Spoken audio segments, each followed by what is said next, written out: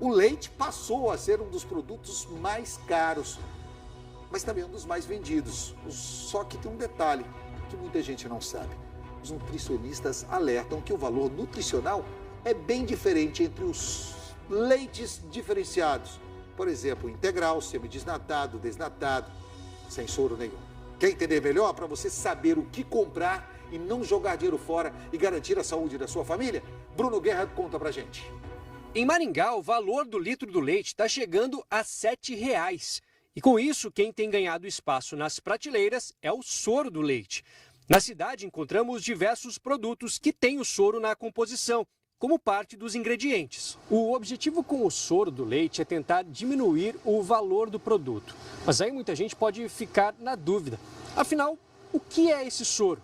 E ele faz mal para a saúde? Quem tem as respostas para essas perguntas é a Rayana, nutricionista. O leite, ele seria o produto ali principal, é da onde a gente vai tirar esses subprodutos. Então, o soro do leite, ele é aquele líquido que resta quando a gente produz um derivado do leite, como o queijo, por exemplo. Então, para produzir o queijo, a gente precisa, colocar o coalho ali no leite e ele vai formar um aglomerado de proteínas e gorduras. Essa massa vai virar o queijo e vai sobrar um líquido. Esse líquido seria o soro do leite, Em relação à comparação, o que a gente precisa pensar?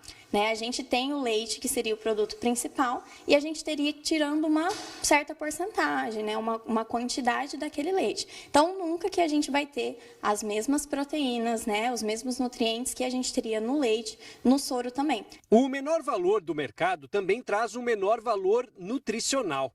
E por causa disso, apesar de não fazer mal, o soro do leite é menos indicado do que o leite integral, por exemplo, devendo mesmo ser consumido somente em casos de necessidade. No leite, a gente vai ter ali todos os compostos mais necessários para a nossa alimentação, quando a gente fala principalmente em relação a cálcio, a proteínas, a gorduras boas também. Então, quando a gente compara os dois, a gente percebe que o soro do leite ele tem uma certa deficiência na quantidade desses nutrientes. Então, nutricionalmente falando, a gente precisaria sim, buscar dar preferência para o leite, no caso o leite integral, se a pessoa não tem nenhuma intolerância, não tem nenhuma restrição ali.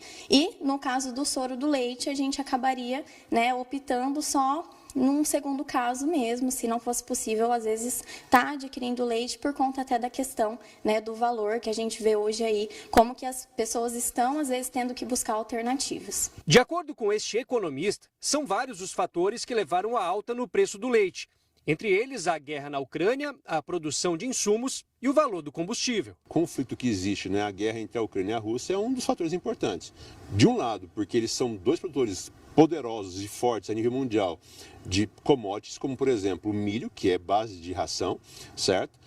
O trigo também, que é alimentação humana, e também o petróleo. E o Brasil, nós temos uma malha viária que é baseada, que sustenta a produção e distribuição. Então, se aumenta o petróleo, esse custo de distribuição e logística também aumenta. Portanto, tudo isso impacta no bolso do consumidor. Segundo o economista, nesse momento de alta dos preços, a recomendação, financeiramente falando, é buscar outras alternativas, caso a pessoa não necessite realmente do produto. O ideal seria o consumidor, o nosso telespectador, observar o seguinte: quem é que precisa desse alimento e dedicar a melhor opção, que eventualmente pode não ser o soro, para quem precisa efetivamente desse alimento, certo? De maneira que quem não precisa, dá um tempo, vai consumir um outro produto, às vezes vai para um chazinho, toma um outro elemento para poder garantir que a sua dieta continue rica, porém menos sensível à inflação, porque não dá para cortar,